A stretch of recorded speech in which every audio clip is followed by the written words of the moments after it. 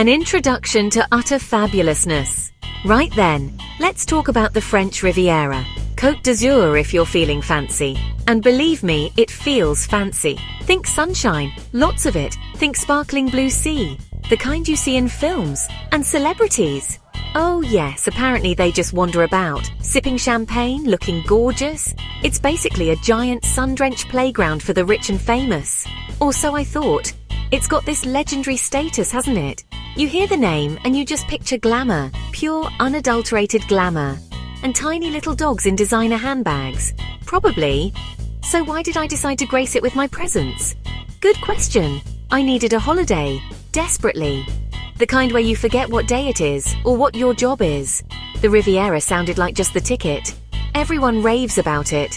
Oh, you should go, they'd say. It's simply divine. Divine, eh? I like divine. I do divine. Or at least I wanted to try. The flight over was an experience, as flights often are. I was wedged next to a very chatty lady. She told me all about her prize-winning poodles, for 3 hours, non-stop. I nodded and smiled, tried to look interested. Mostly I just dreamt of the Riviera sunshine, and a very large, very quiet drink. Eventually the pilot announced our descent. Freedom was near, or so I hoped. We landed in Nice, the Côte d'Azur airport. Sounds glamorous, doesn't it? It was. Stylish people everywhere. Then there was me, dragging my wheelie suitcase, which by the way had one dodgy wheel. So it was more of a scrapey, bumpy suitcase. Not quite the suave entrance I'd envisioned. I felt like a potato in a fruit bowl. But a happy one. Almost.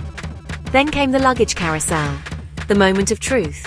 Or in my case, the moment of near total disaster. Bags started appearing. Black ones. Blue ones. Mine was a rather fetching shade of bright green. Hard to miss, you'd think. Apparently not for me. I spotted a green bag, grabbed it. My first proper look at Nice. Stunning. Absolutely stunning. That Promenade des Anglais. It's famous for a reason. Miles of it. Palm trees swaying. The sea. Oh, the sea. The bluest blue I'd ever seen. Like someone had cranked up the saturation on life. People strolling, skating, cycling, looking incredibly healthy and happy. I tried to stroll casually, ended up power walking with a slight limp from the flight. Nailed it. The little blue chairs facing the sea. Genius. Simple. Perfect for people watching. Then I dived into Vieux Nice. The old town. What a place. A maze of narrow winding streets, tall buildings in shades of yellow, pink and orange. It felt like stepping back in time. Little shops everywhere, selling soaps, spices, souvenirs. I nearly bought a hat the size of a small boat. Thought better of it. Where would I put it on the plane? I got wonderfully, hopelessly lost. Which is half the fun, isn't it? Of course, I had to try out my French. My carefully rehearsed Duolingo perfected French. It did not go well, at all. I tried to order an ice cream. Je voudrais une glace, s'il vous plaît. Sounds good, right? Next stop, Cannes! You can't go to the Riviera and not see Cannes, can you? It's like going to Egypt and not seeing the pyramids, or going to my house and not hearing me sing. Unthinkable! The name itself just screams glamour. Red carpets, movie stars, flashing cameras. I was ready. I'd practiced my surprise but gracious award-winning face in the mirror, just in case. You never know who you might bump into, or who might mistake you for someone important. A long shot, I know, but hope springs eternal.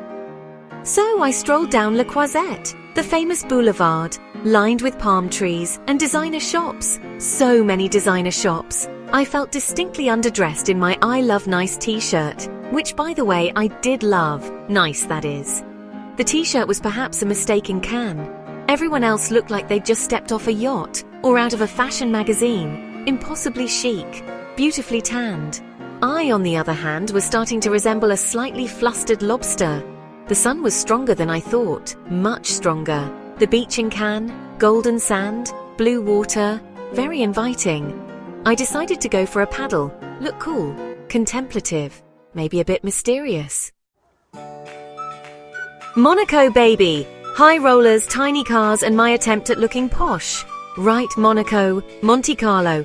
Good heavens, this place is on another level. Of poshness, of wealth, of sheer unadulterated bling. You can almost smell the money in the air. It's like stepping into a James Bond film. Except I'm not James Bond. and I felt like I needed to remortgage my house just to buy a coffee. The buildings are pristine, the streets are spotless, even the pigeons look like they have offshore bank accounts. It's all incredibly impressive, and slightly intimidating if I'm honest. The Casino de Monte Carlo, iconic, legendary. I had to see it, from the outside mostly. I peered through the grand entrance, half expected to see Daniel Craig playing poker. I didn't dare go in. My holiday budget would probably cover one spin of the roulette wheel, if I was lucky. And I'm not usually lucky. I saw a man with an actual monocle walk in. A monocle. In this day and age, it was all a bit much. I felt like I should be wearing a top hat and tails, not my slightly too tight shorts. And the cars. Oh, the cars in Monaco. It's like a permanent motor show. Ferraris, Lamborghinis. Scenic overload. My eyes need a holiday from all this beauty. Honestly, the scenery along the French Riviera, it's just ridiculous. In the best possible way. My eyes felt like they were on a permanent feast. The coastline is just one stunning view after another. Cliffs plunging dramatically into the turquoise sea. Little coves with hidden beaches. Pine trees clinging to the hillsides. It's like nature just decided to show off. Big time. I must have said wow about 1,000 times a day. My vocabulary just gave up. What else can you say? It's just... Wow, we visited easy, this incredible medieval village perched on top of a hill, like something out of a fairy tale. You have to climb, and climb. So many narrow, winding stone steps. My legs were screaming, my lungs were protesting, but the view from the top, worth every single aching muscle. You can see for miles. The sea, the mountains, the coastline stretching out beneath you. I nearly did a celebratory roly-poly all the way back down. Decided against it. Food, glorious food, and wine, obviously. A culinary comedy. Right, let's get serious for a moment. Let's talk about the food. Because, oh my word, the food on the French Riviera. It's a whole other level of delicious. The local markets are a feast for the eyes, and the nose, and eventually, the stomach. Piles of colourful fruit and vegetables, gleaming olives, mountains of cheese, freshly baked bread.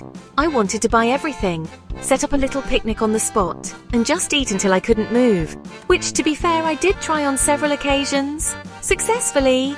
Seafood. If you like seafood, you are in paradise. The fish is so fresh it practically winks at you from the plate. We had grilled sea bass, moules marinières, mussels, darling, mussels. Prawns the size of my fist. Okay, maybe not my whole fist, but they were big, and juicy, and utterly divine. I think I ate my own body weight in seafood during that trip. I was half expecting to sprout gills and a tail. Wouldn't have minded, actually, as long as I could still eat the prawns. Culture shock, Riviera style, baguettes, berets, and baffling conversations. The French way of life on the Riviera, it's something else. So chic, so stylish. People just seem to have this effortless elegance, even when they're just buying a baguette, which, by the way, is a serious business. The dedication to good bread is admirable. I saw people sniffing them, tapping them, having intense discussions about crust consistency. I just bought one and ate it. Seemed simpler and very, very satisfying. I could get used to a daily baguette habit, easily. People watching became my absolute favourite pastime, better than telly. I'd find a nice cafe terrace, order a coffee, or a glass of wine depending on the time of day, and just watch the world go by, the outfits, the accessories, the perfectly behaved dogs. Everyone looked like they were starring in their own very glamorous film. I tried to emulate the local style, bought a jaunty scarf. Hey everyone, I recommend that you check out the great travel links in the description below. You can find everything from resorts and hotels to car hire and travel insurance, plus lots more. I hope you find them useful. Au revoir, but not goodbye. Why you absolutely must go and take me with you. So that was my little jaunt to the French Riviera. What a trip! Absolutely bonkers from start to finish, in the most wonderful, hilarious way possible. I laughed until my sides hurt. I ate until I could barely move. I got sunburnt in places I didn't know could get sunburnt. I made a fool of myself on numerous occasions, and I wouldn't change a single thing. Well, maybe I'd pack a stronger sun cream and a French phrase book that actually works. But apart from that, perfection. Utter, chaotic perfection. The memories I made, unforgettable. That dazzling blue sea will be imprinted on my brain forever. the taste of fresh soccer in Nice, the sheer audacity of the bling in Monaco, the feeling of getting completely wonderfully lost in ancient winding streets. Even the near disasters, the luggage fiasco, the sandcastle incident, the soap instead of ice cream moment, they're all part of the story, part of the charm. They're the bits you laugh about for years to come, and I plan to, loudly. Would I go back? Are you kidding me? In a heartbeat. I'm already mentally packing my bags. A bigger sun hat this time, definitely. Maybe a slightly less conspicuous suitcase. And I'll brush up on my French.